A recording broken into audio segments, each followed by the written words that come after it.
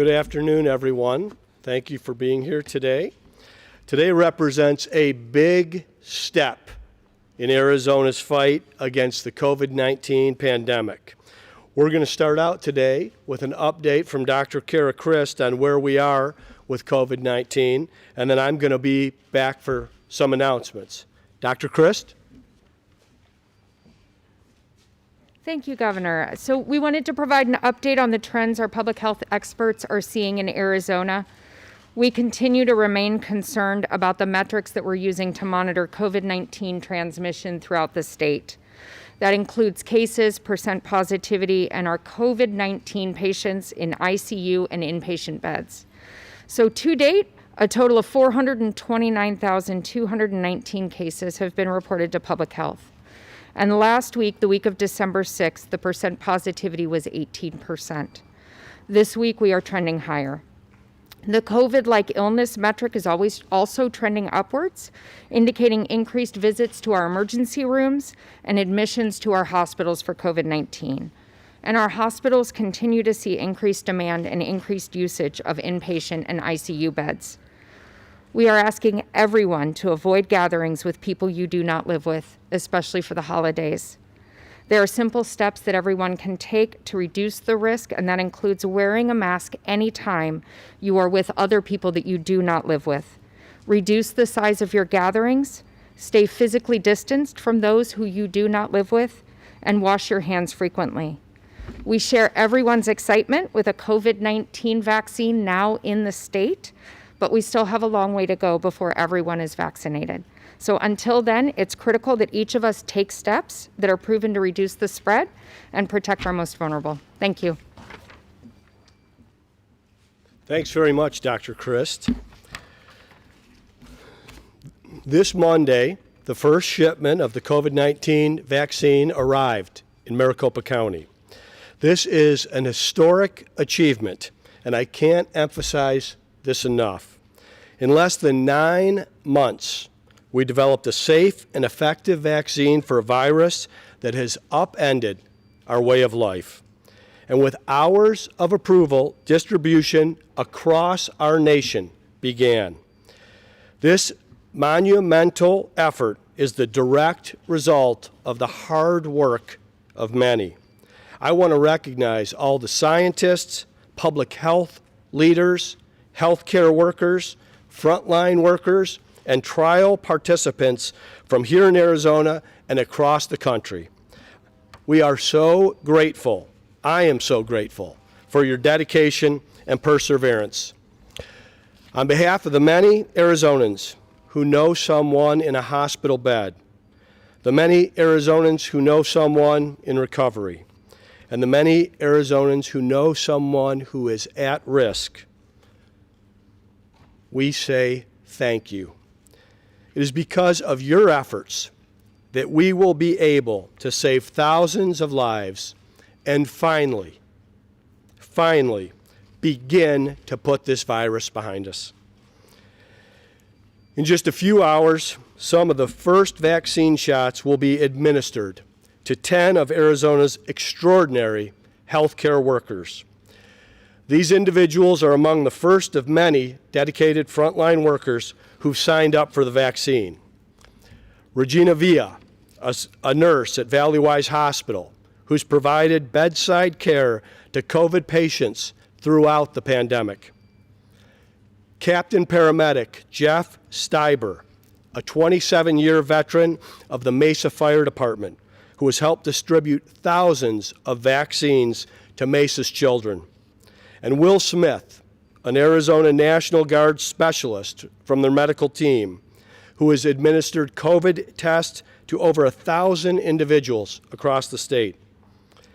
The other vaccine recipients include Dr. Edmund Baker, an Army veteran and community physician, Dr. Ross Goldberg, a surgeon and president of the Arizona Medical Association, Allison McCabe, a newly minted registered nurse, Alabumi Anadeko, a certified nursing assistant, Captain Kenny Overton, a 15-year veteran of the Phoenix Fire Department, Eddie De La Torre, a registered nurse, and Dr. Cara Christ, the director of the Arizona Department of Health Services. Dr. Christ has begun guiding Arizonans through Dr. Christ has been guiding Arizonans through this crisis for months. Today, as a doctor and a public health expert, she walks the walk. Her confidence in the vaccine should give all of us confidence in the vaccine. These men and women are in addition to a World War II veteran, healthcare workers at the Phoenix VA and Tucson Medical Center, members of the Navajo Nation, and others who received the vaccine yesterday. These brave people have seen the virus up close and personal. They've treated those needing care and seen how devastating the virus can be to individuals and families. They've been there for the 429,000 people who've tested positive for COVID-19 and more than 7,530 who've passed away. And now our medical personnel have stepped up in another significant way to get this vaccine. This is a significant step in the fight against COVID-19. For the first time this year, there is light at the end of the tunnel. But I can't overemphasize this enough. The fight against this pandemic is not over. Far from it. I need Arizonans to continue to do their part in slowing the spread of this virus. This means, of course, following public health guidelines, wearing a mask, washing your hands, physically distancing yourself, and limit your time with the most vulnerable. And today we have another ask: to please get the vaccine when it's available to you. Public health experts can't overstate the importance of this. I cannot overstate the importance of this. We need Arizonans to step up and get the vaccine if we want to stop the spread of this virus. It's our best shot at returning to normalcy. Our hospitals have been working especially hard to deploy vaccine sites as soon as possible. I know Banner Health has been using the state fairgrounds to do testing, and they expanded their coverage to administer flu shots. Now they are going the extra mile and expanding their fairgrounds site to give the vaccine to healthcare workers from across the valley. On top of this, we have vaccine sites opening up tomorrow in North Phoenix and Pima County, and we'll begin administering the vaccine at our nursing homes before the end of the month. In less than a week, we should have vaccine sites in every county in Arizona. As I said before, the vaccine's arrival is a crucial step in the long-term fight against COVID-19. But that's in the long term. In the short term, we still have challenges to overcome right in front of us. Right now, our hospitals and our state are under considerable pressure. We know they are being pushed to their limits, and we want to assist them as much as we can as we enter this next phase. Today, I'm announcing that we're distributing $15 million in additional funding to the Department of Health Services for public health emergency needs. This will help replenish our public health emergency fund and give us the additional resources necessary to continue the fight against COVID-19. I'd now like to introduce Major General Mick McGuire to give us an update on the National Guard's efforts to combat COVID-19. General. Thank you, Governor Ducey. Good afternoon. I just wanted to update all our fellow citizens on a couple of things that have come up over the last couple of press conferences. First, we have finalized and received back from FEMA and DOD the approval to extend the task force for up to 800 National Guardsmen through March 31st of 2021. Currently, we have 697 on duty today. We're bringing in another 78 medics to bring it up to 775. Those medics will be part of 5 pods that will be opening in Maricopa County here and 4 other locations over the next 3 days. Once they're trained, we plan to deploy them out to first Mojave County and other counties around the state that have requested assistance in the rural areas, as well as tribal nations.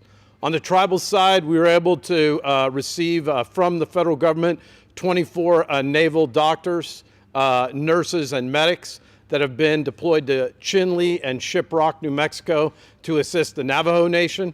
Those 24 docs will be there over the next 6 weeks, assisting with not only response in therapeutics to the disease, but assistance with vaccinations. And I know many in the media saw recently our federal partners here in the state, both at VA and other federal facilities around the state, have begun this process. And we hope to quickly, as the governor said, use these pods of our medics and folks to get out to the nursing homes as quickly as possible over the next couple of weeks as we continue to try to help those most vulnerable. So thank you very much for the support, and I continue to work strongly to support health services in all the counties and tribal nations around the state. Thanks. Thanks very much, General McGuire, and thanks for the hard work of the National Guard and how they have taken every challenge and met it and delivered for Arizonans. So, lastly, allow me please to state the obvious. The Christmas and holiday season is upon us. And Christmas is, of course, a celebratory time. It's a time for us to connect with our loved ones. We want to make sure that people are connecting with their families during the holiday season. And the most important thing is that we do it in a safe way. We have to keep our guard up. We have to remain vigilant at this time. So please, limit the size of the gatherings. Celebrate outdoors in any instance which you can. And I'd add, please connect virtually. I'm personally amazed by the way our technology has allowed us to stay connected with loved ones this year. And of course, we would much rather see our loved ones face to face and in person and give them a hug. But when it's appropriate, we can still see their faces and hear their voices. And it's important that we do that, and it's important for them to have that connection as well. Connected with our loved ones has been crucial as we've navigated through the pandemic, and it's even more important during the holidays and Christmas time. I hope all Arizonans can stay connected with their loved ones and family and friends this holiday season. And with that, CJ, let's open it up for questions.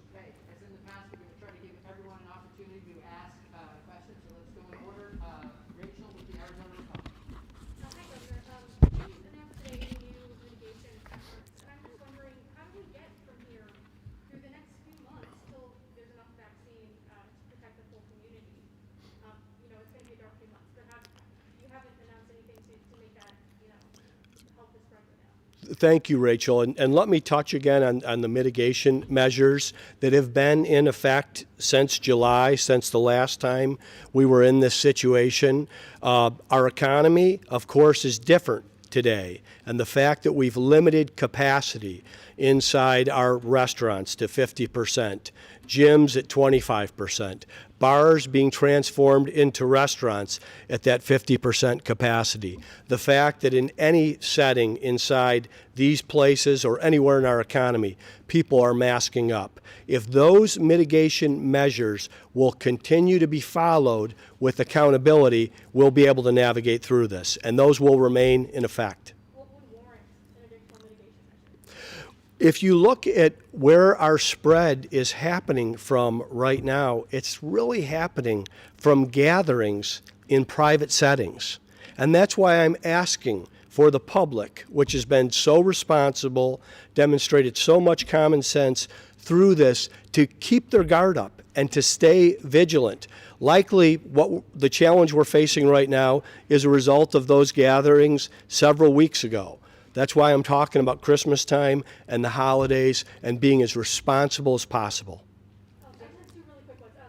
When will you be getting the vaccine, and then are you gathering with anyone outside your household? So I'm going to get the vaccine when it's my turn. Of course, Dr. Cara Christ is getting the vaccine today, and like I said, her confidence as a medical doctor and a public health professional should give people confidence in the confidence that she has in the vaccine. I am not determined in, I think, what we call Group 1A. I think it's in Group 1B or beyond that. But when it's my turn, my sleeve will be rolled up and it will be administered. And I'm going to be gathering with family, and I'm going to be here in town, much like I did for Thanksgiving. Nicole, I think you had a immediate question. Following up on Rachel, we have hospital leaders, county level public health leaders, researchers, university modelers, all calling for stronger mitigation measures. You've ignored them, instead gave money to restaurants where the caseload has reached near crisis levels and deaths are rising. Are you not going to reconsider stronger measures? So first I want to say I'm not ignoring anyone. I'm listening to everyone. I'm taking the best counsel and advice and putting those steps forward, and that's what we're going to continue to do on what's right for Arizona. Governor, you have said several times that you mourn all those who we have lost to COVID-19, yet when given the opportunity to save lives, you have not acted. That's not true. Expressing grief, do you feel you owe an That is not true. The way you are framing the question is a mischaracterization of what we've done. There are steps in place. And if many of these leaders that are reaching out and asking for additional actions would actually enforce and have accountability around the steps that are already there, we can further reduce the spread of this and save lives. Those are the facts, and that's the actions that are necessary. feel you should apologize to these families? You're given the opportunity to do We're doing everything that we can. I have said that we mourn and grieve every death. It is the virus that is taking these lives. The vaccine will save millions of lives going forward, and that is our focus today. Let's go to Juan from Telemundo.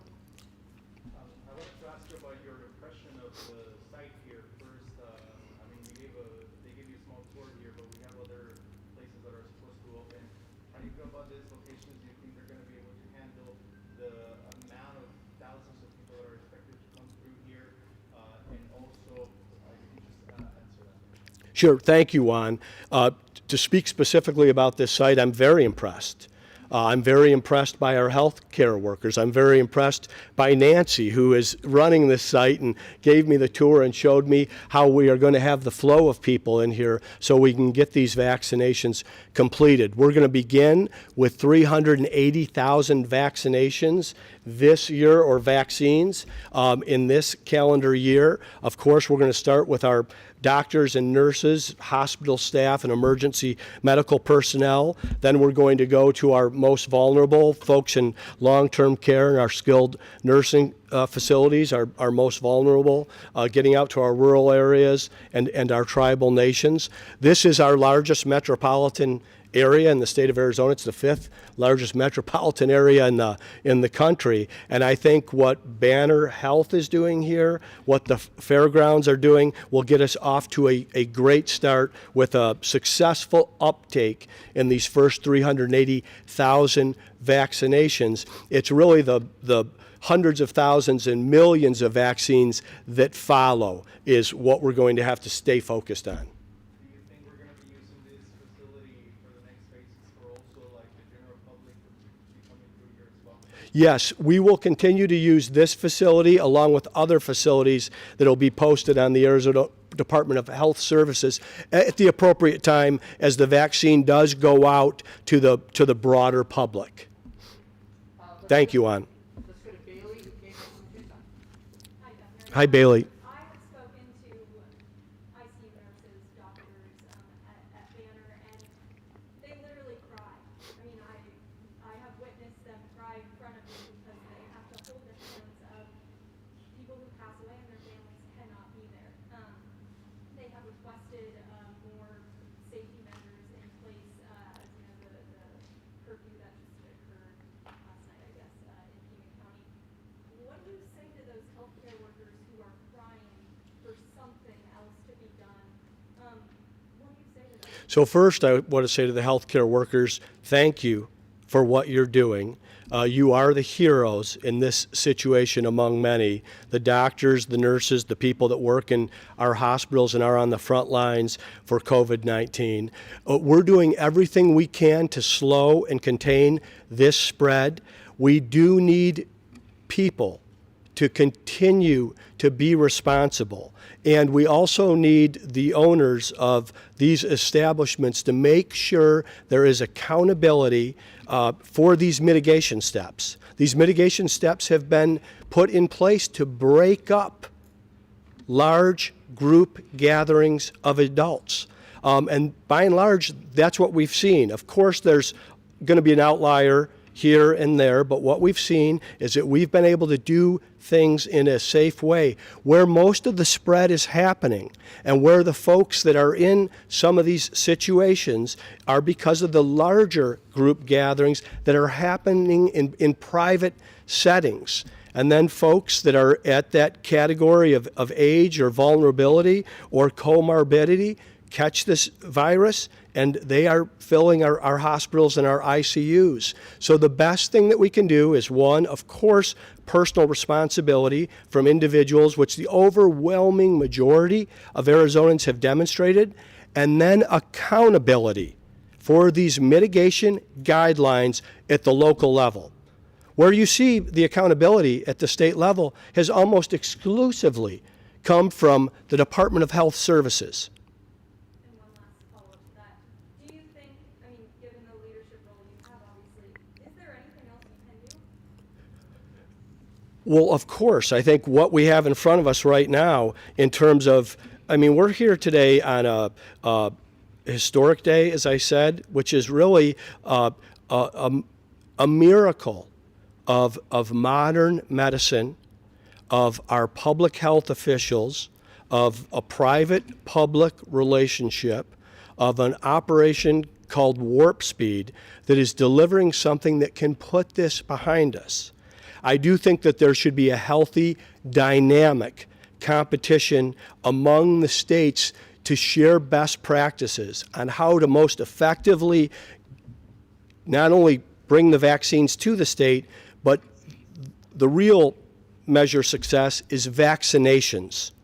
So it's one thing to have the supplies here. It's another thing to move hundreds of thousands of people through a queue so that they get these vaccinations. And it's also to build confidence in this vaccine, that it's safe, that it's effective, it will save lives, and it will bring us back to a sense of normality in this state and in this country. That's what we can do. As you mentioned, that's the long term. I know you mentioned in the short term, these next couple of months, you know, kind of taking the vaccine is not going to have a massive impact on that huge group of people in the next coming months. So is there anything else you can do in this? Yes, we are going to maintain the mitigation steps. There's no discussion around any of those steps being lifted at this time, of course. Let's go to Jeremy. Governor, your administration talked about how the primary source of COVID spread right now is in small gatherings, not for businesses like restaurants and bars. There seems to be no plan to enact any sort of mitigation measures that would inhibit those kinds of gatherings or make them smaller. I mean, doesn't it make sense to try to curb those kinds of gatherings if that's where most spread is coming from? Yes, it does. So let's curb those kind of gatherings. I don't know what role you think the government can have in private home settings. That's why we're trying to educate the public on the best possible policies and protocols. And by and large, most people are listening and following. The irresponsible behavior you've seen is, of course, happens, but it's more now and again, and that's what we need to limit. We want to gather during Christmas and the holidays. It's natural, and it should be. We're going to continue to over-communicate so that we can slow this spread as much as possible. Other places canceled Thanksgiving or use those kind of words, or they put things out there that are toothless and unenforceable. I'm not in the business of doing that. We're putting out measures that will be effective. We're doing everything we can in the public square to slow the spread of this virus and have broken up every large gathering within our authority. Now we're asking for people to be personally responsible, and I'm confident they will be. Let's go to Steve from Channel 10. I want to switch gears to unemployment, talking about that personal responsibility. This month, DES said everyone on PUA will have to verify their identity to continue to receive benefits. This week, only 69,000 people were able to claim benefits, as opposed to 270,000 2 weeks ago. A lot of fraud in the system, everyone knows that, but if you talk to any expert, they'd say tens of thousands of people were kicked off of unemployment this week. Just a week before Christmas. What are your thoughts for them, as these are people who've lost their jobs through no fault of their own, and now they've lost their unemployment the same way?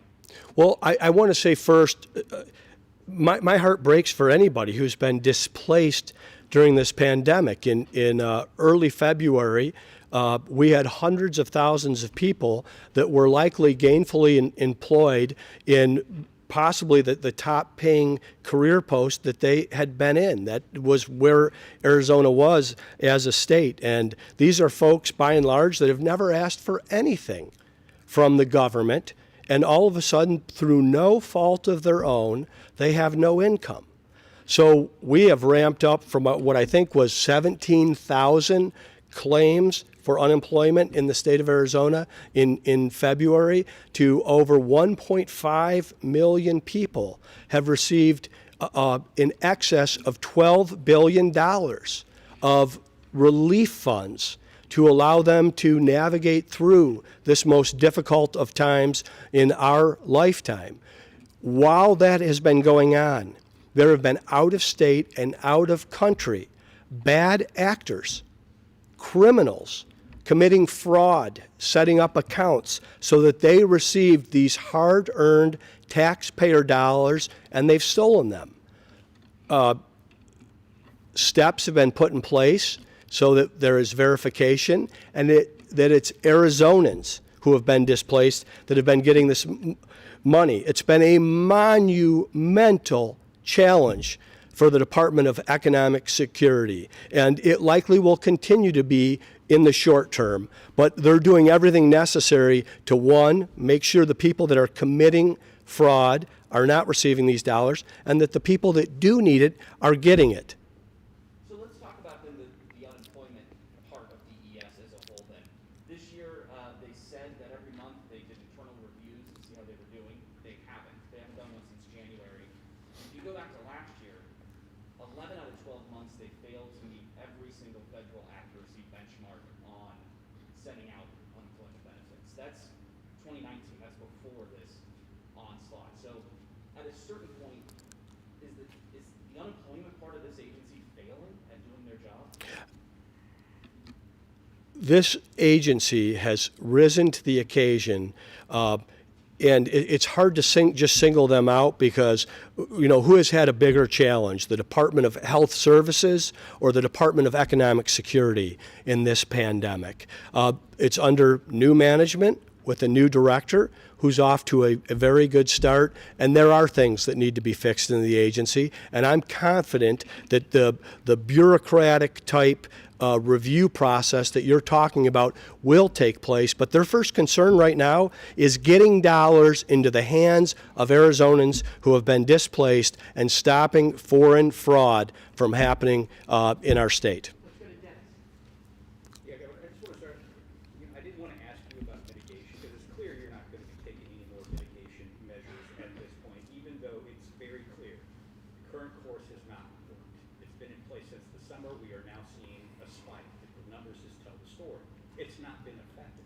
However, healthcare experts have told you there are ways that you can slow the spread and save lives.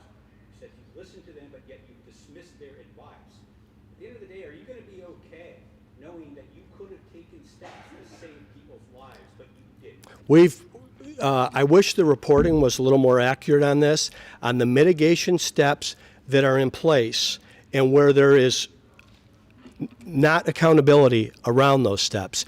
Those are the steps that came from the White House Coronavirus Task Force, that when they are followed in the proper protocols, and we're hearing a lot from people, and it's interesting to me that people with a guaranteed government paycheck are asking us to throw hundreds of thousands of people off the employment rolls just before the Christmas holidays, when the evidence is that that wouldn't do very much, if anything, to slow this spread. Where the spread is coming from is private gatherings of larger groups. Those are the facts. That's where we need improvement. And if we would have improvement on the other measures, some type of local enforcement besides the Department of Health Services, that would be helpful and effective.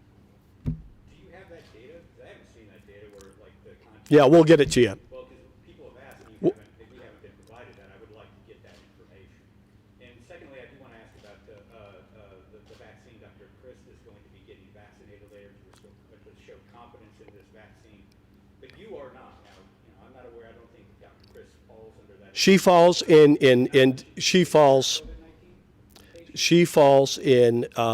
is a healthcare provider. She falls in the first batch. Dr. Christ is going to be getting a vaccination. Because doesn't that suggest that you feel the public is more confident in her in this crisis than you? I think right now I want to make sure it's our doctors and our nurses and our frontline healthcare people that are protected, so that they can protect our elderly and our most vulnerable. She's not in 1A. She's not in 1A where those healthcare workers are. Question? I got one more question. I just want you to respond. Michelle Gentry-Rita has filed a bill today that would take your power away in these kinds of emergencies.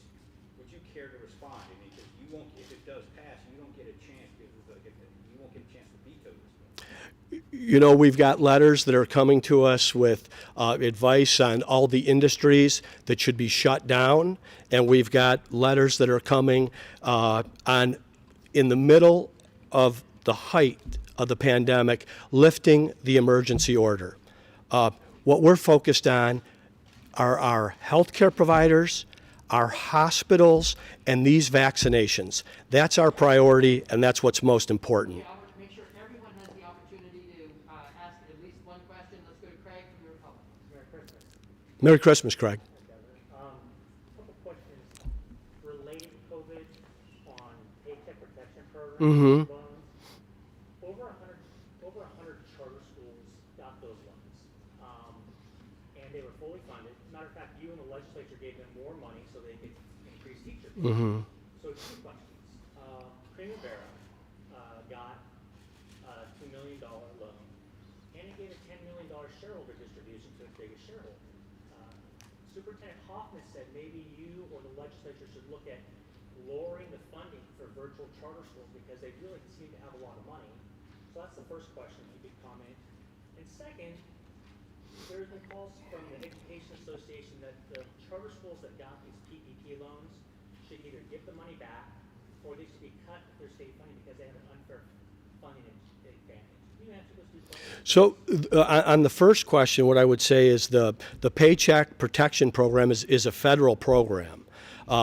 So I think it's more of a question for the feds or for Treasury on the guidance. I also know that organizations that received PPP funding are subject to audit from the feds. So, I mean, the next steps are in their hands. And I don't separate out schools. These are all of our kids, across the state. These are the children of the public of Arizona. I want to make sure that all of our public schools have available funding and that parents have the opportunity to get their school into where they think their child will have the best educational experience and learn the most. That's been our focus. Appreciate that. You didn't answer my question, sir. So do you think That is my answer. I'm not going to differentiate out from charters or district schools on this. We want them to have the available funding. there shouldn't be any reduction in funding for virtual schools, and the charters that got the PPP loans, even though it gives them an unfair funding advantage, that is okay? I didn't say it was okay. I said it's subject to federal audit. It's a federal program. Let's go to Alejandro from Univision. Governor, the goal is to mitigate the spread of the virus through the vaccine, as we talked about. In the meantime, the hospitals are filling up. What are the current efforts if we do run out of bed capacity, for example? Are you guys working on creating extra beds or even temporary hospitals anywhere? So thank you, Alejandro. And of course, I mean, the first metrics that we start out with every day is around hospital capacity, ICU capacity, ventilators, the stress on our emergency room and their departments, the amount of discharge that we have of people that have gotten better and are able to leave the hospital. That's top of mind at the first thing every morning and before we go to bed that evening. We will continue to monitor that and be vigilant about that, not discount the situation that we have at all right now. The concern, first and foremost, is not so much about beds and capacity as it is around staff and help and relief for the people that are working so hard through this pandemic. It's part of the reason that we've brought millions of dollars to this effort, and they're just not dollars to be spent, they're dollars to bring in other resources for relief and for help. That is really where the major stress is right now and where relief can be provided. We do have the opportunity, if we were to need more beds. We've been talking about that since July, and the Army Corps of Engineers was here. To date, we have not needed that. But of course, it would be available if necessary. What's more important is the personnel and resources. Talking about the staff that you announced last conference, where about 500 nurses would be, and hospital staff would be hired for the additional 65 million. Where are we at on that? I'm gonna let Dr. Chris talk about the resources and the staff that we've been able to bring to the fore. Doctor? Thank you. We've been working with our contractor to bring on, we've identified 68% are being onboarded and will be here. Some are here already within the state. Some will continue to come in over the next few weeks, and it's a total of about 700 to 800 nurses will be coming into Arizona through that contract. But from the most recent update, it's about 68% have been procured. So let's go to Dylan and then Michael from Channel 12. Hi, Governor. I just want to follow up on Dennis's final question about Senator Jancy-Rita's resolution, which does not require the signature from the governor to go into effect. If it were to overturn the state of emergency that you issued months ago, are you concerned? Because there's a lot of executive orders that are relying on the state of emergency to continue to be in existence, including, I believe, the vaccines being free for all Arizonans. So if it were to pass, then all of that would end. We're in a state of emergency. We're going to continue in a state of emergency until that's no longer necessary. In terms of a letter that's been written or something like that, my focus is on the challenges we have in front of us right now. I mean, it's legislation, it's not a letter. But the legislature's not in session. They won't be in session until January 11th. Let's go to Michael from Channel 5. The eviction moratorium ends at the end of the And I look forward to seeing them. Are you going to extend the eviction moratorium before it expires at the end of the month? So we're focused, of course, on making sure that we've got all the resources out there so that we can avoid that to the largest degree possible. And, it's interesting in these press conferences that the first part of the questions all focus on what industries can we shut down and how many people can we throw out of work. And then the second part is how can we keep them from being evicted from their residence or their apartment. We do have state funds available for this. Congress is also looking to act in terms of extensions, but the best way to keep people inside their homes or apartments is to allow them to be safely and successfully employed so they can pay their rent or pay their mortgage. So is that a no, you're not going to extend it? We're working with whatever the federal plan is right now, and then there will be more to follow on that. Michael Council. Yeah, there's been a lot of talk throughout this press conference about measures, what steps you can take. Let's just ask it simply this way. Are the steps we taken, in light of the numbers we're seeing right now, adequate? These steps will make a difference if we have accountability around these steps. So a lot of people ask for local enforcement. I'm all for it. Let's see accountability. But wouldn't a statewide leadership, whether it's mask mandate or something like that, You can't participate in any part of our economy without wearing a mask. Okay?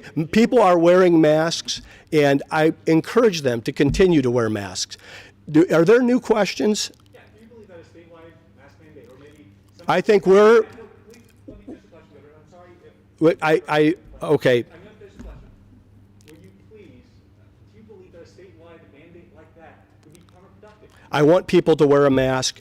Our state has higher mask participation than states that have been doing this longer with toothless mandates that cannot be enforced because Arizonans have common sense. You said you would be ineffective if you I'm saying we're doing everything we can to be as effective as possible. Let's give other folks an opportunity to ask questions. Peter from KTA. Hey, I want to say something to that. I want to say, if there was any state out there or any governor out there that was pitching a shutout, okay, we just take their game plan and apply it here. Everybody, everywhere, in every state, in every county, is going through this. I'm doing what I believe with the guidance and counsel of the smartest people in the state, in the country, is the best plan for Arizona. And that's what I'm going to continue to do. no other steps that could maybe lower down the amount of I've answered this question at least 5-6 times today already. Michael, let's give someone else a chance. Governor, thank you. So I know Dr. Chris is taking the shot today as an example and to encourage confidence. And I know you're waiting your turn. Yes. But would you consider moving up on the line, so to speak, to also encourage more Arizonans to take the vaccine? And then I'd like to talk to Dr. Chris really about what her thoughts are on taking the vaccine herself. But what about you first? Well, if we had enough vaccine for everyone in the state and I wouldn't be cutting the line, I would take it today. What's more important is that our healthcare providers have this. We only have 380,000 of these vaccines available, and in terms of the number of folks that work in healthcare, along with our elderly and most vulnerable in long-term care facilities and skilled nursing, there's just no chance that I would cut in front of any one of them. After that, we'll have more plentiful vaccinations available, and I'm not going to cut the line because I think it's more important for these people, especially in an age category or having underlying health conditions or comorbidities, which I'm fortunate enough to not have or not be in that category. So, of course, you think I would take the vaccine before my grandmother would take it? There's not a chance. Okay, we have time for one more question. Let's go to Cameron. Yeah, hi, Governor. I'm actually focusing on vaccines with you guys right now, and I want to know that one of the big questions I continue to get emailed to me is not only when can I get it, but how will I be contacted to get the vaccine? How will I know that this is my group, this is my time? Can you talk about the state's efforts to get that messaging out when it's time? And then I'd also like to know the logistics of getting vaccine to long-term care facilities. How will the National Guard play? Will they take that vaccine directly to those facilities? Thank you, Cameron. Thanks for focusing on the vaccine. I know there's a follow-up that was asked for Cara Christ on her vaccination. She's also been the leader of the vaccination distribution team, so I'm going to let her address both those questions. Doctor? That is a great question. So we are working with our healthcare partners right now on the phase 1A. So those are the healthcare workers. Maricopa County and Pima County are standing up the first pods and have sent out emails through the licensing boards, through the associations, through healthcare employers, through the department, through health alerts to get individuals pre-screened. If they meet this pre-screening criteria, then they will receive the ability to make an appointment at the pod site near their home. We will continue to work. So the long-term care CDC pharmacy partnership, they are contracting with large pharmacy providers, so CVS, Walgreens. 100% of our skilled nursing facilities, so there's about 146 of them statewide. Walgreens will call them, make an appointment to go in. They will bring all of the staff, all of the supplies, all of the PPE to vaccinate those residents and the staff, and then come back at the time that it's supposed to come. So they are taking some of the state's allocation in order to be able to vaccinate on site. And for those groups that follow 1A, because obviously we're letting people know. Everybody knows 1A. How will they know when they're 1B? Well, even 1B, we're going to find that communication is easier. But 1C and then group 2 is when what people really want to know. Those are the majority of people asking, how will I know when I can sign up for vaccine? When that time comes, what will that look like? So that will look a lot, we will be trying to communicate that through various ways. So some of it will be communication through you guys to announce we are in phase 1C. Our website will say it's in phase 1C. Here's where the sites are that they can get, but we will also be sending out reminders to healthcare providers, to employers, to those groups that are in high risk. So trying to get it out as far and wide as we can. And we continue to develop a communication strategy and a messaging campaign in order to be able to do that and to let people know when we go from 1C to the general population and how you get that vaccine as well. Okay, thank you, everyone. I want to just, in closing, thank you, Dr. Christ. In closing, I want to say 1A, Cameron, you're right about that, is going to be different than what follows. So we will be communicating heavily on vaccines, vaccinations, and much like you saw testing start out slow and difficult, we don't expect that because there's been so much preparation around the vaccination. But as we expand it and extend it and reach out to further parts of our states where it's less population, we'll be over-communicating on that. The media was helpful early on in the pandemic, and I want to say thank you for that. If you remember one of our first press conferences, I asked for your help in communicating to people around the stay home, stay healthy, stay connected order.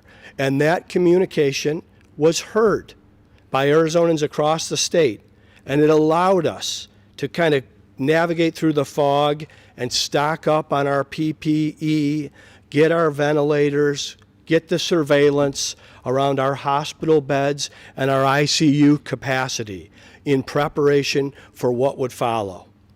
I today would like to ask the media and thank them in advance to help us communicate about vaccines and vaccinations and to build confidence in something that is a modern day medical miracle and will save lives. There is no more effective tool that we have in front of us, and of course, we are going to stay vigilant for the short term. But this is something that is not that far down the road if we're successful at it. And at a time where there is so much distrust and misinformation, let's make certain that the facts are getting out on these vaccinations so that Arizonans can save loved ones, get back to a normal way of life, and focus on the future. In the interim, I know people are planning whatever is going to happen over the holidays and Christmas at this time. So I want to reiterate one more time, please bring this discussion, so how you do it in the safest way, in the smallest gathering, and connect with the most vulnerable virtually, if that's the appropriate way to do it. Thanks, everyone. Governor, are you aware that there's a recall effort?